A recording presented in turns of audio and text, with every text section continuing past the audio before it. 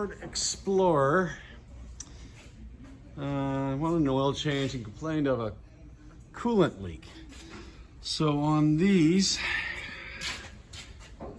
3.5 engines, V6, the water pump is internal to the engine, driven by a chain, and the weep hole for the water pump is, I can't get on it, it's up above the AC compressor there, and you can see all of the liquid, all the coolant dripping down onto the AC compressor from the weep hole, which is up in there.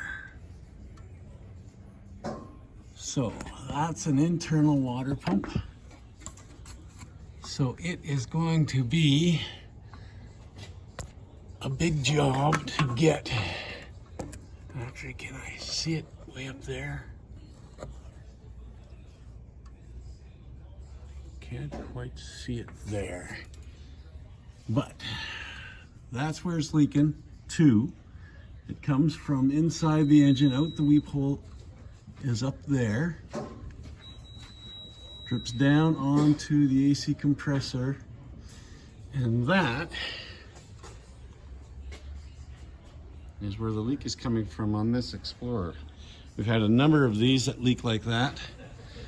The problem is if you do not check that out, the water pump is chain driven, and if the water pump fails totally, that chain can skip and take out the whole engine.